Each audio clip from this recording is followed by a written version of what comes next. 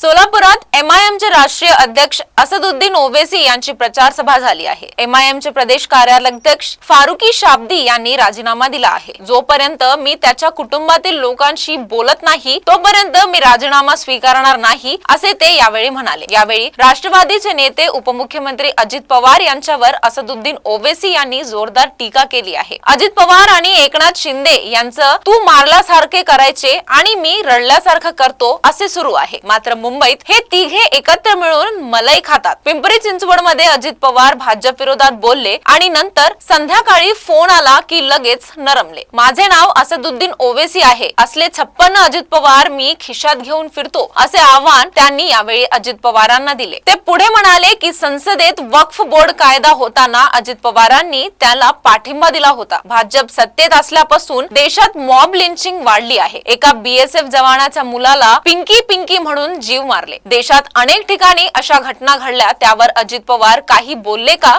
असेही यावेळी ओवैसी म्हणाले। डोनाल्ड ट्रम्प मोदीवर एवढे बोलतात पण देवेंद्र फडणवीस, एकनाथ शिंदे आणि अजित पवार ट्रम्प विरोधात बोलत नाहीत असे ते म्हणाले।